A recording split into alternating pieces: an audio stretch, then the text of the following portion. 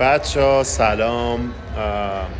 ساعت تقریبا 4 بعد از ظهر. من امروز صبح یه تمرینی کردم با بچه‌های باکس 1997. یه تمرین وزنه برداری خیلی باحال داشتیم و امروز تصمیم گرفتم که بیام با میلاد سلطانی تمرین کنم.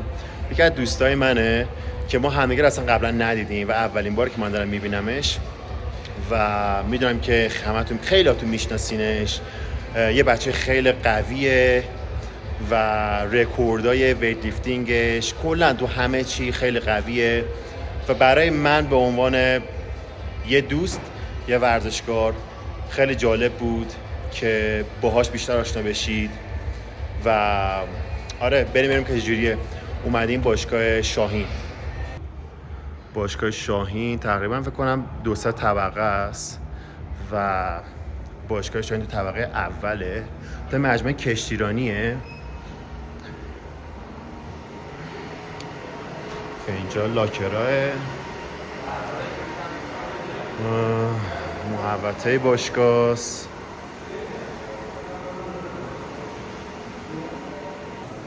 آقا مهدی سلطانی یکی از خفن‌ترین مسترهای ایرانه. میدونم که خیلی هاتون میشناسینش و اینجا توی باکس شاهین اسمش کشتیرانیه؟ نه اینجا کشتیرانیه. من اشتباه گفتم بچه‌ها، اصلا شاهین نیست، من فکر کردم شاهینه. آقا مهدی از کی اینجا باز شده؟ چه جوریه؟ ببینید شاهین هم موقعی که رفتی 2 سالی هستش. خود مجموعه کشتیرانی داره مدیریت میکنه، قسمت کراسفیتش هم با من. آقا مهدی من خیلی مدل موهات دوست دارم. پشتش هم میدونستم شما اومدید، هزینه کردم. تمرین می‌چی آقا مهدی؟ تمرینی که شما می‌نویسید، ولی من برای بچه‌های آماتور می‌نویسم. نه آقا شما بنویسید دیگه. آقا بذار ما تعارفمون رو تیکه پاره کنیم دوباره برمیگردیم.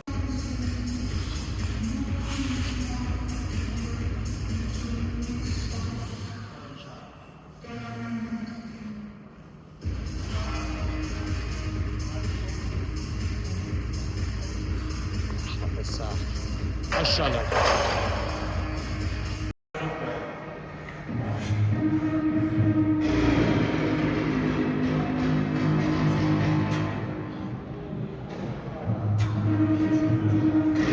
احمد سر نازم بهت.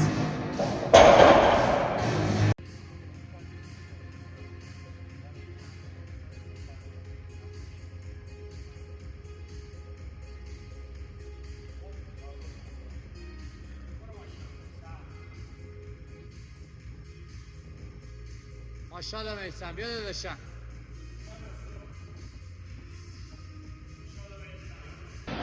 بچه‌ها شاید خیلی براتون سوال باشه چرا میلاد اصلا نرفت مسابقات آسیایی با اینکه کوالیفای شدش.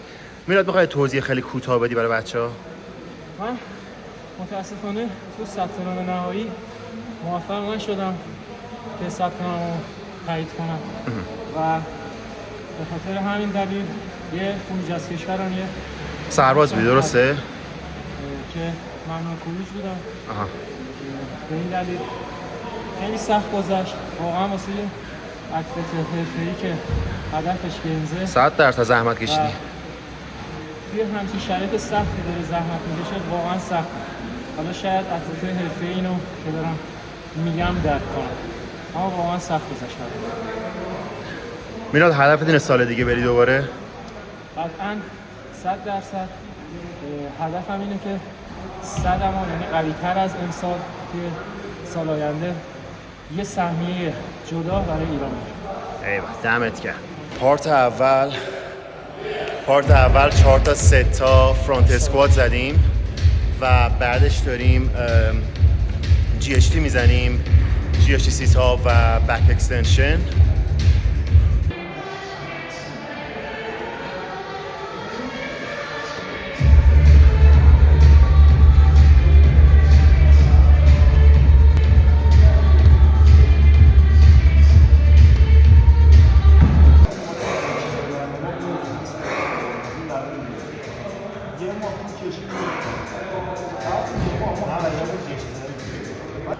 بچه‌ها میلاد متولد چندی میلاد؟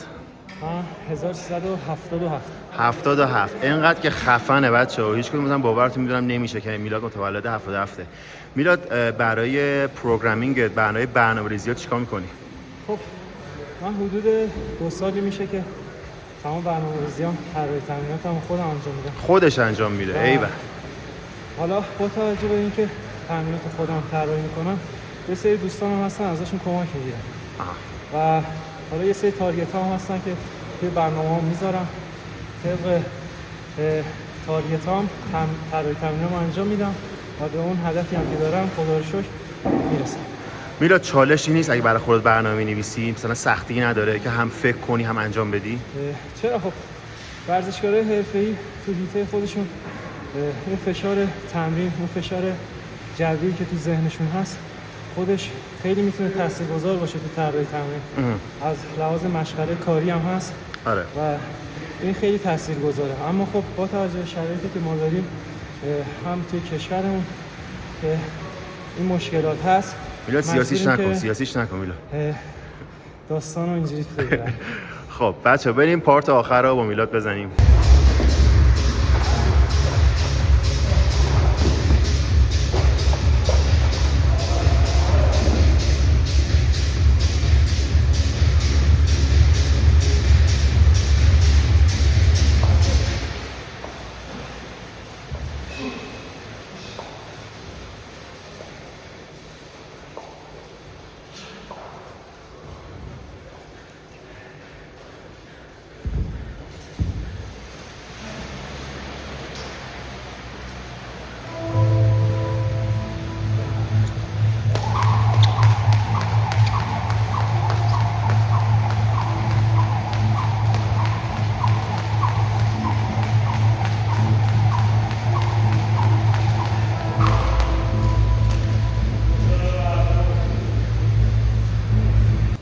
بچه ما هلوش یه 10 دقیقه یه ذره هندستان واک و رمپ زدیم با پیروت،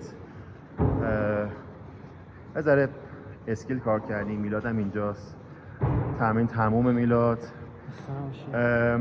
میلاد یه سوال ازت بکنم، 2-3 سوال ازت دارم. اول ازت بپرسم که چرا فکر می‌کنی اینقدر توی ایران اینقدر حرف و حدیث دور و برات زیاده؟ من اسم می‌کنم نه که پرحاشیه باشی، ولی کلاً چون فکر می‌کنم یهو اومدی جلو و قوی ظاهر شدی که ذره حرف دورت زیاد شده. فکر می‌کنی دلیلش چیه؟ خب من اول از همه بگم که پشت هر آدم موفقی حرف و حدیث زیاده و نباید زیاد خودتو وارد این حاشیه‌های صحبت پشت صحنه کرد. و اینکه نظر شخصی من اینه که تمام این حاشیه‌ها برمیگرده به یه مدیریت قوی. به نظر من اگه یه مدیریت قوی باشه و همه اینا رو هندل کنه، همچین موضوعی پیش نمیاد. من به شخص دوست دارم همه ورزشکارای حرفه‌ای همدل باشیم، همه پیش هم باشیم، تمرین کنیم. این نظر شخصی منه. اما خب متاسفانه یه موضوعاتی پیش اومده از پایه که این مشکلات بین تمام ورزشکارا ایجاد کرد. میلاد همه بچه‌ها فکر می‌کنم دیده باشم، منم دیدم که تو میای 180 کیلو هنگ اسکوات میزنی، 140 کیلو ده رپ میزنی و خب هیچ جای دنیا ما ندیدیم کسی باید همچین کارایی بکنه. حالا مثلا شاید خیلی کمیاب باشه. این زور زیاد تو، این قدرت زیاد تو از کجا اومده؟ از ذهن، از بدن؟ چون میدونی حرف داره زیاد میشه، میگن که میلاد فقط زورش از دارو اومده، فقط داره این کارا رو به خاطر این میکنه که این موضوع هستش. یه شفافیتی برای بچه‌ها انجام میدی؟ خب متاسفانه خب وقتی یه حرکتی رو میاری رو تصویر، نتیجه یه حرکت رو میاری رو تصویر، طرف به خودش همچین اجازه میده که همچین داستانا و همچین موضوعات از صحبتایی پشت سرت بزنن. اما خب پشت صحنه رو نمیبینن که ما چه تمریناتی رو پشت سر میذاریم و چه زحمتایی میکشیم. واقعا تمام نتیجه و جایگاه الانم رو مدیون تمرینات هست. استمرار در تمرین. میلاد دمت گرم. میخوای کسی تشکر کنی؟ کسی بوده کمکت کرده تا اینجا؟ من اول از همه از دوستان، یه سری از دوستان که کنارم هستن یه تشکر ویژه کنم که واقعا تو هر شرایط سخت کنارم بودن، کمکم کردن، بهم روحیه دادن، انگیزه دادن که تو این جایگاه خودم رو حفظ کنم و ادامه مسیرم رو قوی‌تر بکنم. ایوه، دمت گرم میلاد. بچه‌ها امروز تموم شد. حالا سعی کردم فکر کنم تو فکر خیلیاتون این سوالا بود که از اون پرسیدم. لایک، سابسکرایب یادتون نره. تا ولاگ بعدی.